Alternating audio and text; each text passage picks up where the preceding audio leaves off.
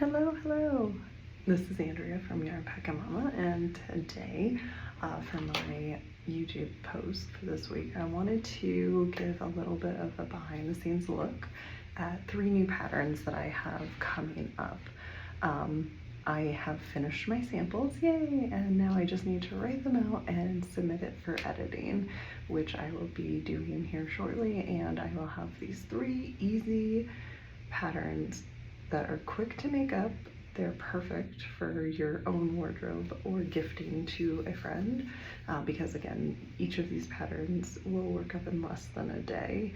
And they use basic stitches that are easy to go through, and then I have tutorials for each and every stitch that I featured in these patterns as well.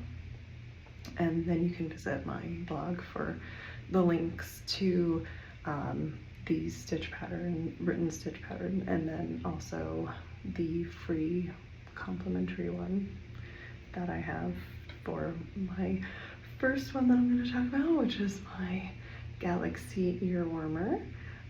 This is the companion to the Galaxy Snood, and it uses Lion Brand Landscapes yarn, and it features the spike cluster stitch as well, and that is a featured stitch in the Galaxy Snood, which is not necessarily a beginner pattern, but it is beginner friendly, I think, because once you learn how to do the stitches, they work up really easily.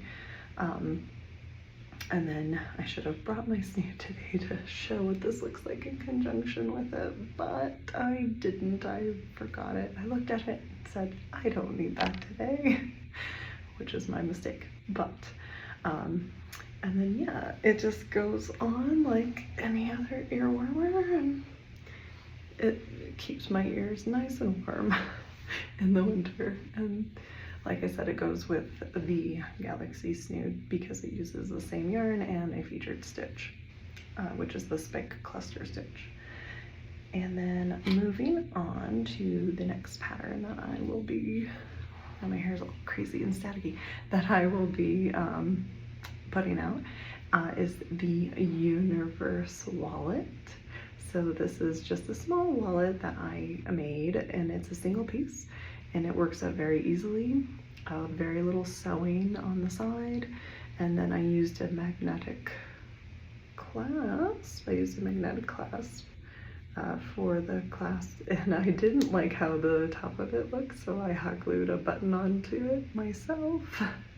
And these are just little buttons that are little magnetic clasps, but just they're like brads and they just clip on.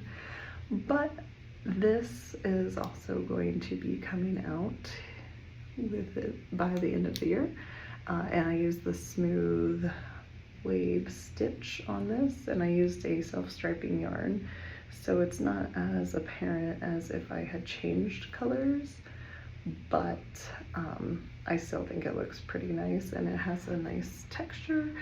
And again, this works up very quickly. It can be done in less than a day because it's pretty small. And then like I said, I just worked it up in a rectangle. So it's one long rectangle, and then I brought this up and sewed it along the sides here to create this pouch that is perfect for credit cards or cash or anything that is small like that you would put into a wallet, business cards if you need. And it can go into any handbag and keep your things all in one place. And then lastly, I wanted to feature my lanyard that I created. I've been using this for the last 9 months, and that's why it's all nice and lovely and worn in.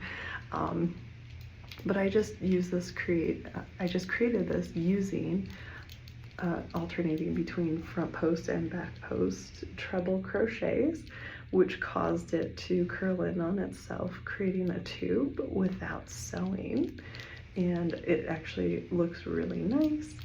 And I just crocheted around this lobster hook claws so that I can put my keys on it, because I like having my keys to just throw on like this when I'm taking my dog out for a walk, or just when I'm running around trying to make sure my keys are kept in a place that I can see them. And then this one I created using some leftover yarn from when I created my cartwheel purse. So it matches my cartwheel purse perfectly because I used Lion Brand Landscapes in Apple Orchard for this, and it just of course blends in seamlessly since it's the same yarn as my cartwheel purse. So that's what I'm working on now. I just have to write out the patterns and get them edited by my tech editor so that they are the best that they can be and the most readable as well. And then another thing that I've created that's completely free is a whip journal. So this journal I created to keep track of whips by project name, to have the start and finish date, and there's a 5-star rating for the project or pattern overall rating. There's a yarn rating in here, a section to put the yarn details, so what yarn you used, how you feel about the yarn, like did you like it, will you not use it again, what didn't you like about it, and then there's also a space for thoughts about the pattern or the project. So how did you feel about the product or pattern, excuse me, and project, and would you make it again? Did you love it? Did you not love it? And then there's also a nice big section to talk about your journey, your project journey thoughts and feelings. And the idea behind that is like, where am I in my crochet journey? Where am I in my creative life at this time? So that you can go back and look at it and see how far you've come over the year or just over so many projects. And this is a completely fillable PDF that you can either print or download. I printed mine just to have a physical copy. And it also, I forgot to mention, has a space to put all of your hook details. So recently I've been revisiting whips that I've had sitting for years and I've forgotten all of the details about it. So this whip journal would have been perfect for keeping track of that for me, so that I could go back and look and say, oh, I'm working on this heritage Christmas stocking. What did I do then? Like, how was I working on this? Why was I working on this? What was my plan for buying 3 different ones, knowing that I'm gonna make 4? And I don't remember which one I was gonna make a double of at this point. So I'll just have to figure that out based on which colors I have the most of for the yarn, because I did buy all the yarn for it already. But yeah, so here's what the project page looks like. And then accompanying the project page, there's also a project photos page. And again, this is completely fillable, a completely fillable PDF. So when you click on these boxes in the PDF, it will pop up browse for you to look up the photo, and then you can right away upload your photo into your digital PDF and keep track of all of your project photos that you took for your project. And like I said, this is printable to 8.5 by 11 paper, and I do recommend that if you print it, use a heavier weight paper, because I just used completely plain printer paper and you can see through it, which, you know, is not the best. So like project photos, it's the back side of it, because I printed double-sided just to save myself the hassle of having a ton of pages for this as well.